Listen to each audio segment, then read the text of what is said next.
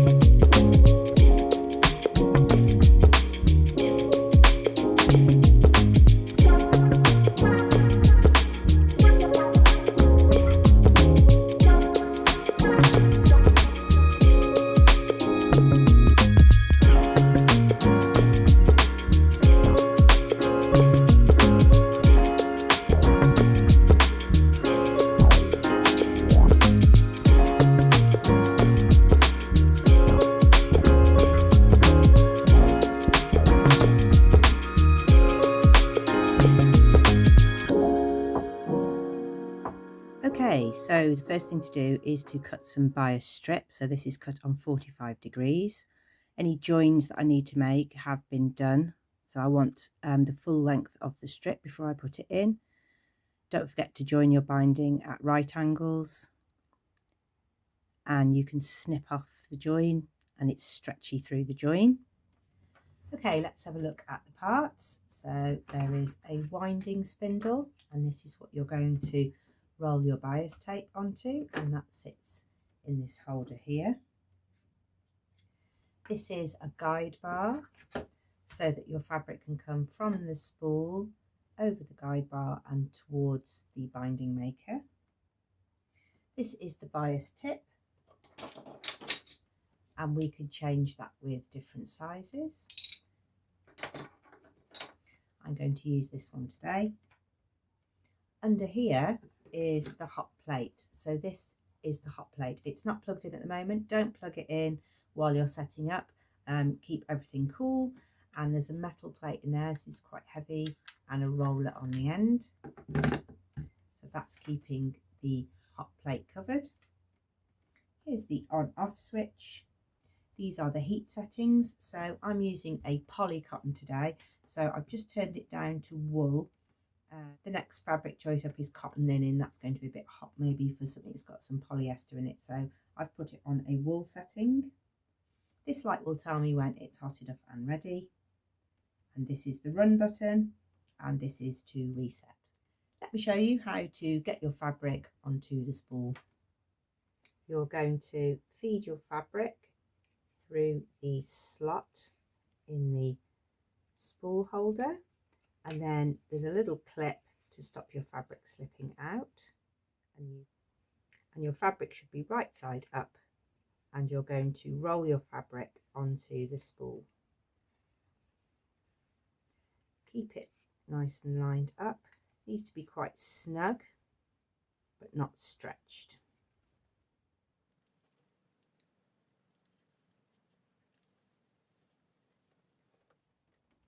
When you get to a join, make sure that you've got your seam line nice and flat and it's not twisted in the middle. and keep rolling your binding on smoothly.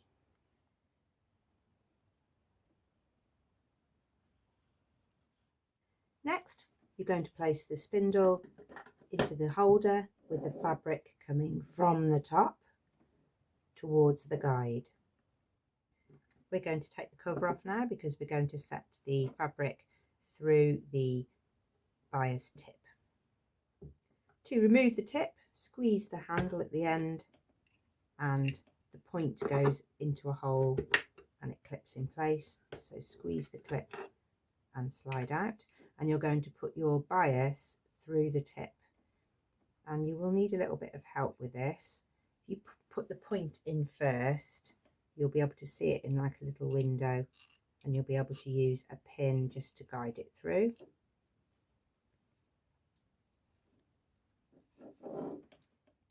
Make sure you've got an even feed on this.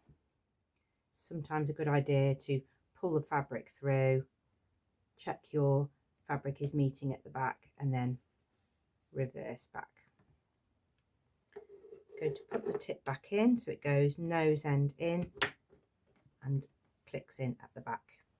So you've got your bias coming out of the tip and across the hot plate.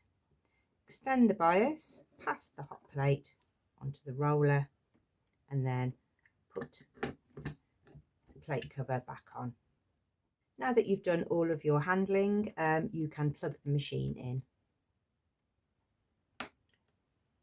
Turn the machine on and you're waiting for the light to go green. Green light's on, and now we can press run.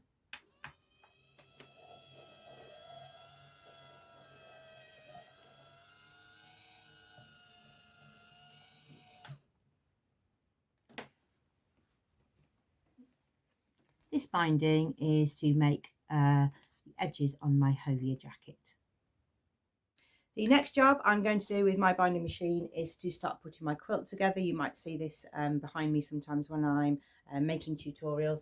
It's all the little strips of fabric that I have left over from cutting out, and I sew them together and I cut them into strips, and then I join those strips together.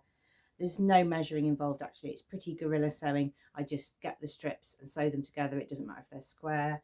So sometimes they will go sort of into a narrower end, but they all fit together in the end. So I'm getting pretty close to binding that quilt, so I'll be using my binding machine. You can also use a binding machine to make binding for Hong Kong seams. So if you're making something like the Hovia jacket and you're not lining it, but you want to make sure that all the seams on the inside are neat because you might see it, you can use binding for finishing your seams. Obviously you can use it for quilting. An electric binding machine is fabulous for that, because if you've got to make sort of double quilts worth of binding, then that's a long job, so it works really, really quickly. If you'd like to check the product out, it is listed below, and you can also go and look at it on Minerva's website. If you've used a binding machine, tell us what it's like, tell us how you've used it and what you've used it for. It would be really great to see it. Do head over to Minerva and make an account with us. The account is free, and you can sign up to our newsletter or even to our craft club. Thank you very much for watching. See you again soon.